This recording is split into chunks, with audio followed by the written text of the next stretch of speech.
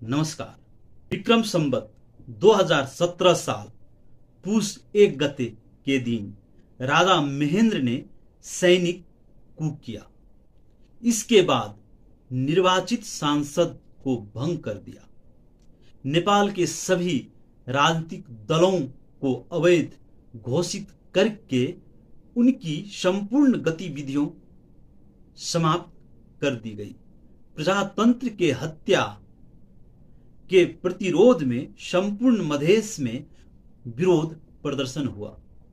BP Koirala गिरफ्तार किए गए। सुवर्ण शमशेर भारत में थे।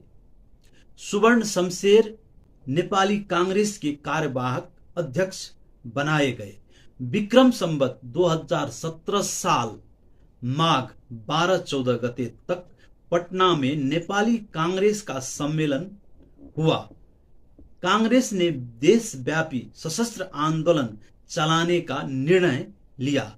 इस सम्मेलन में तत्कालीन परिषद मिश्र के अध्यक्ष भद्रकाली मिश्र, संयुक्त प्रजातांत्रिक पार्टी के महासचिव काशी प्रसाद श्रीवास्तव और तराई कांग्रेस के महामंत्री रामजन्म तिवारी ने भी भाग लिया था।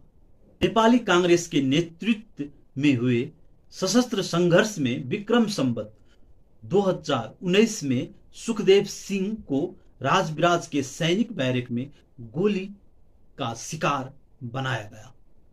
राजा विरोधी कार्यों का व्यवस्थापन करने के आरोप में बक्सौल में कांग्रेसी नेता विश्वनाथ प्रसाद अग्रवाल पर गोली प्रहार किया गया।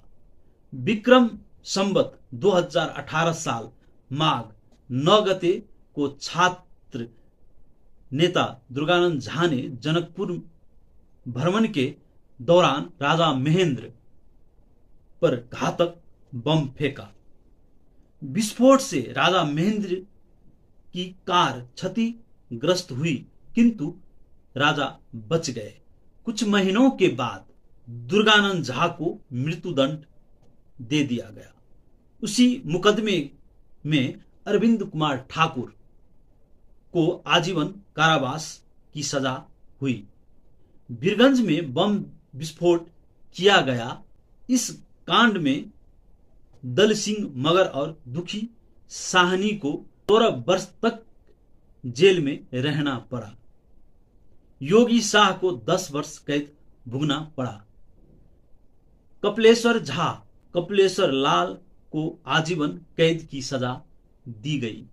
पंचायत व्यवस्था के दौरान कई नेताओं को भारतीय सीमा क्षेत्र में मार दिया गया। 2018 साल के संघर्ष में 12 में भगवत यादव और रूपंदेही में सत्यनारायण मलिक ने अतुलनीय भूमिका निर्वाह किया। मधेसी समुदाय ने राजा महेंद्र के द्वारा लागू किए गए सर्वसत्तावादी पंचायत व्यवस्था को स्वीकार नहीं किया। राजा के दृष्टिकोण में भी मधेसियों के प्रति घोर अविश्वास उत्पन्न हुआ। इसके परिणाम स्वरूप पंचायत व्यवस्था के दौरान कई मधेसी विरोधी नीति और निर्णय लिया गया। मधेश के दक्षिण क्षेत्र में पहाड़ और भारत के कई जगहों से पहाड़ी समुदाय के लोगों को लाकर बसाया गया। नेपाल में मधेसी समुदाय को लक्षित कर विक्रम संवत 2020 साल में नागरिकता कानून लागू किया गया। इस कानून के लागू होने से लाखों मधेसियों को नागरिकता देने से इनकार कर दिया गया। परिणाम स्वरूप मधेश के कई भाग में प्रतिलिपियों को जलाया गया। मधेश मुक्ति मोर्चा के नेता सत्यमणि त्रिपाठी एवं विश्वनाथ तिवारी के नेतृत्व में रूपंदेही में विरोध प्रदर्शन हुए।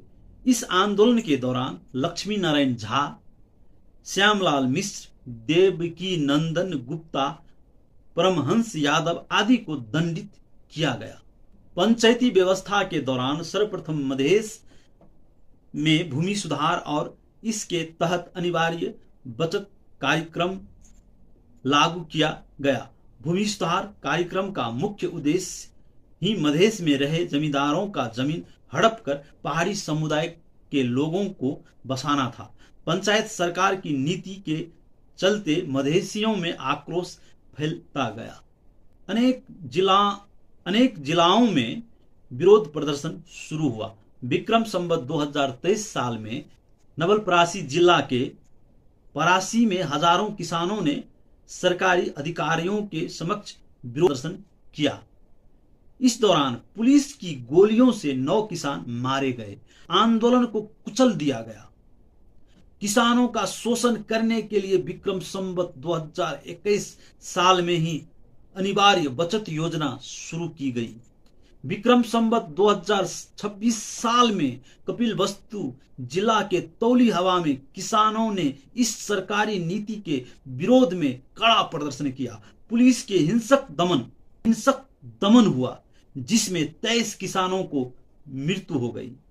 इन सभी घटनाओं से मधेसी समुदाय में एक विश्वास बना कि सर्वप्रथम न्यायवादी पंचायत व्यवस्था का खत्म हो, फिर मधेसियों के अधिकार की लड़ाई लड़ी जाएगी।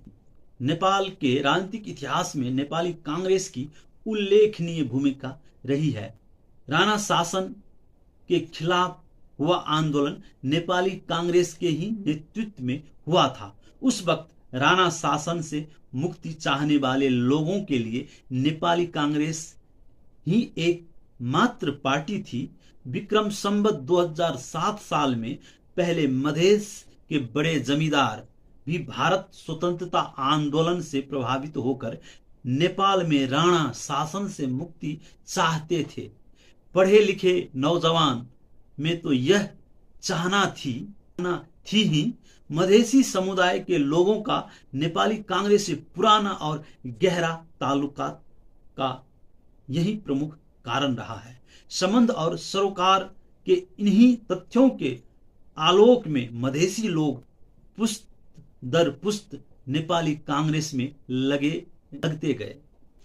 नेपाली कांग्रेस द्वारा संचालित 2007 साल के, 2018 साल के, 2029-30 साल के सशस्त्र आंदोलनों में और 2007 साल से लेकर 2062-63 आंदोलन तक के सभी शांतिपूर्ण आंदोलनों में मधेसी समुदाय से हुए युवाओं का महत्वपूर्ण योगदान रहा है।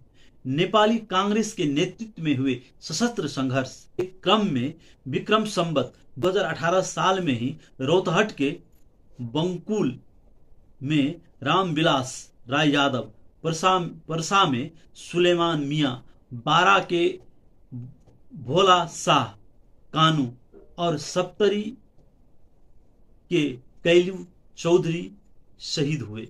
इसी साल रोहतहट के शेष पांचू और गणेश राउत कुर्मी की हत्या करवाई गई। विक्रम संवत 2020 साल में सेंट्रल जेल में बंद रहे भरत गोपाल झा को मार दिया गया।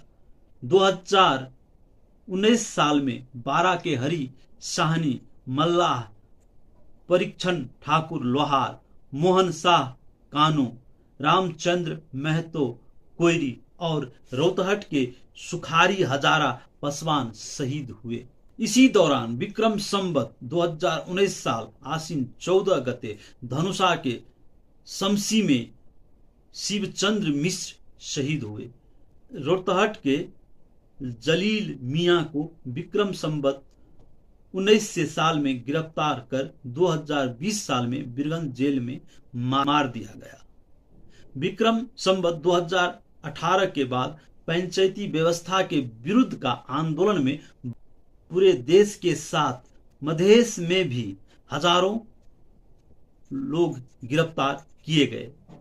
सैकड़ों की संख्या में लोग भारत प्रवास में गए। नेपाली कांग्रेस के साथ तथा अन्य प्रतिबंधित संगठनों ने समाहित के आरोप में मधेसी समुदाय के कई व्यक्ति वर्षों तक जेल में रहे। नेपाली कांग्रेस के साथ तथा अन्य प्रतिबंधित संगठनों से सम्मिलित के आरोप में मधेसी समुदायों के कई व्यक्ति वर्षों तक जेल में रहे। झापा के तुरसा हेम्रम सतार, गुलुम राजवंशी,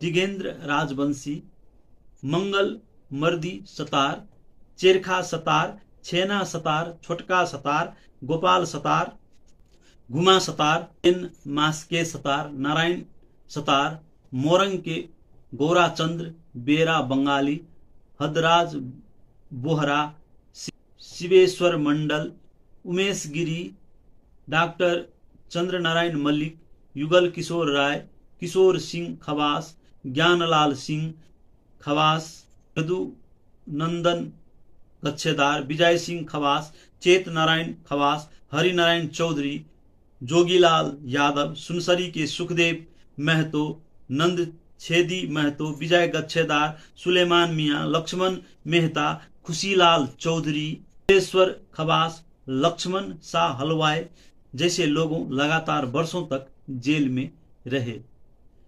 सप्तरी जिला के इंद्रदेव सिंह, राम राजा प्रसाद सिंह, गंगाधर झा, चंद्रशेखर झा, आजाद मधुकांत सिंह, खुशीलाल मंडल, अनीस अंसारी, भोला ठाकुर, डॉक्टर दिवाकर दत्त, गणपति मंडल, राजेश्वर प्रसाद शाह, जयप्रकाश आनंद, माधुरी मुसहर, जगन्नाथ दास, विश्वनाथ गुप्ता, जय सुंदर यादव, खुशीलाल सदा मुसहर, झमेली सदा मुसहर, धानेश्वर सदा मुसहर आदि वर्षों तक जेल में रहे। कांत मंडल, कमल साहनी, गंगा राम शाह, विशेश्वर शाह, लाल बहादुर राय, वीरेंद्र सिंह ननकू, रघुनंदन गुप्ता, कुसुमलाल कामी लगायत के व्यक्ति कई वर्षों तक जेल तथा भारत में प्रवास में रहे। राज के आदेश से सैकड़ों लोगों की संपत्ति को जब्त किया गया। मधेसी समुदाय से धनुषा के ज्ञानी शंकर गिरी, निर्गुण यादव, रामचंद्र अधिकारी, मनोधामी, राजदेव यादव, महंत यादव, बहरू यादव, कपिलेश्वर झा, महत्तरी के रामचंद्र सिंह, जोगेंद्र सिंह, महावीर सिंह, भद्रकाली मिश्र, चिंताहरण सिंह, सियावरण, सप्तरी के जुगेश्वर गुप्त, रामेश्वर प्रसाद सिंह, केदार प्रसाद सिंह, देवनाथ दास यादव, राम एकवाल, सुनसरी के रामेश्वर यादव, मोरंग के सुलेमान मियाँ, झापा के हेम्रम सतार, रोहतहट के राम स्वरूप यादव, नंद वर्मा, शेख अब्दुल मजीद, शेख इद्रीस, शेख फरमान, सरलाही के रामचंद्र राय, परसा के केदारगिरी, राम जन्म तिवारी, बारा के भगवत प्रसाद यादव, रूपंदेही के काशी राम प्रसाद श्रीवास्तव जैसे लोगों की पूर्ण संपत्ति को सरकार ने जब्त कर लिया। सिरहा के सूर्यनाथ दास यादव, नथुनी सिंह दनवार, प्रमोद ठाकुर, बलदेव दास यादव जेल में रहे। धनुषा के महेंद्र नारायण निधि, ज्ञानेश्वर गिरी, विमलेंद्र निधि, दिगंबर राय, स्मृति नारायण चौधरी, महादेव शाह, रामचंद्र मंडल, राम इकबाल मंडल, जगदेश्वर गुप्ता, ब्रिजचंद्र लाल, महेश शंकर गिरी, रविंद्र ठाकुर, राम नारायण मंडल, चंदेश्वर मंडल केवट, चंद्रदेव ठाकुर, देवीलाल मंडल धानु, राजेश्वर ठाकुर बड़ही, महत्तरी के महन ठाकुर, महेश्वर प्रसाद सिंह, इंद्र कुमार मिश्र, सुरेश आजाद, रामचंद्र तिवारी, सरलाही के राम जीवन सिंह भूमिहार, भिखारी मंसूर, रामचंद्र राय यादव, विजय प्रताप सिंह, रोहतहट के शेख इदरीस शेख, फजेल हक, चंद्रशेखर प्रसाद ठाकुर, भरत प्रसाद यादव, बिंदा साहनी, परदेसी राउत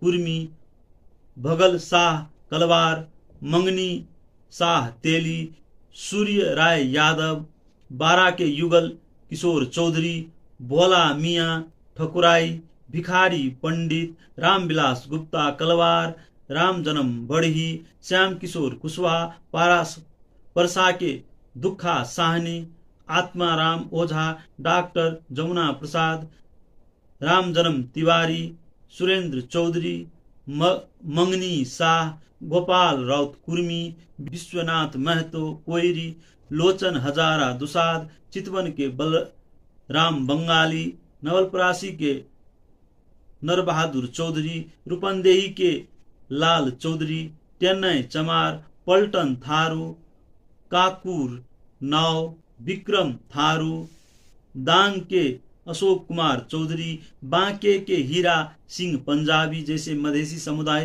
के लोगों ने कई वर्षों तक कठोर कारावास का सजा भोगा। यह तो एक पूर्ण तथ्यांक है जिसका उल्लेख स्मरण के आधार पर यहाँ किया गया है।